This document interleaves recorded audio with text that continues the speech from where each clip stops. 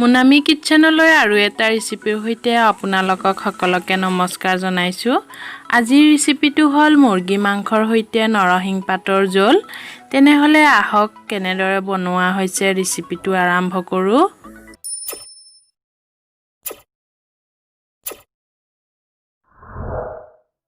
ইয়াৰ কাৰণে যা যোগাৰবোৰ হ'ল এইখিনি লোকেল মুৰ্গী মাংস হয়। তাৰপিছত নৰসিংহ পাত আৰু ইয়াৰ কাটা মছলা, আদা নহৰু জলকীয়া পিঁয়াজ মই দুটা লৈছোঁ, নিমখ হালধি জিৰাৰ পেষ্ট আৰু মিঠাতেল, একেবাৰে কম পৰিমাণৰ মিঠাতেল দিম।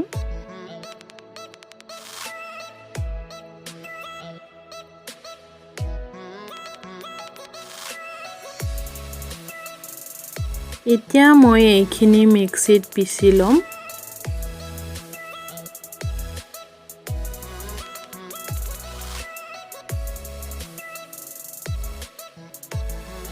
তেলখিনি গৰম হৈছে। এতিয়া ইয়াত পিচি লোৱা পেষ্টখিনি দি দিছোঁ, য'ত নৰসিংহ পাত, আদা নহৰু জলকীয়া পিঁয়াজ গোটেইখিনি একেলগে মই পিচি লৈছিলোঁ।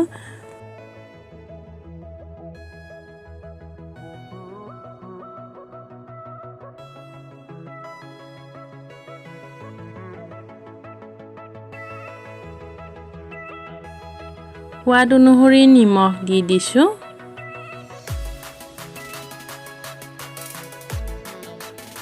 হালধি,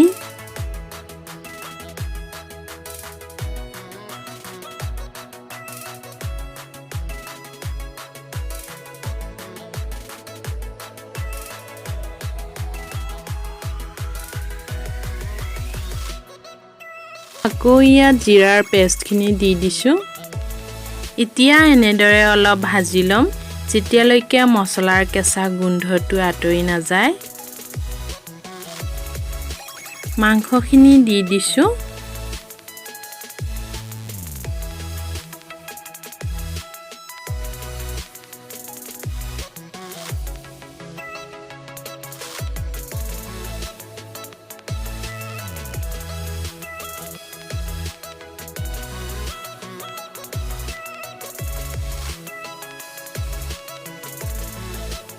মাংসখিনিৰ পৰা পানী ওলাব ধৰিছে।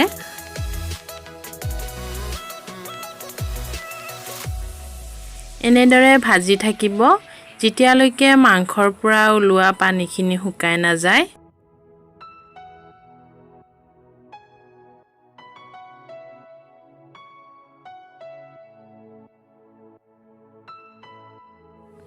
মাংসৰ পৰা ওলোৱা পানীখিনি শুকালে এতিয়া ইয়াত মছলা পিছা জাৰটোৰে পানী দি দিছোঁ। পানী আপোনালোকে নিজৰ জোখমতে দি দিব। এতিয়া ঢাকি দি উতলিবলৈ দিম।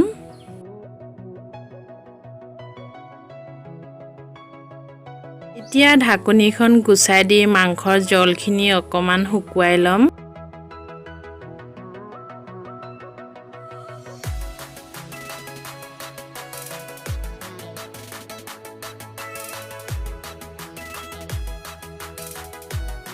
মাংসখিনি প্ৰায় হৈয়ে গ'ল।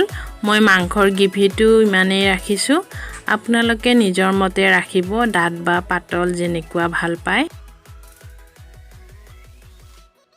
প্ৰিয় বন্ধু বান্ধৱীসকল, তেনেহ'লে আজিৰ ৰেচিপিটো চাই আপোনালোকে কেনে পালে? ভাল লাগিলে লাইক কৰিব, কমেণ্ট কৰিব, শ্বেয়াৰ কৰিব, লগতে মোৰ চেনেলটো ছাবস্ক্ৰাইবো কৰিব। আজিলৈ আহিছোঁ, ধন্যবাদ।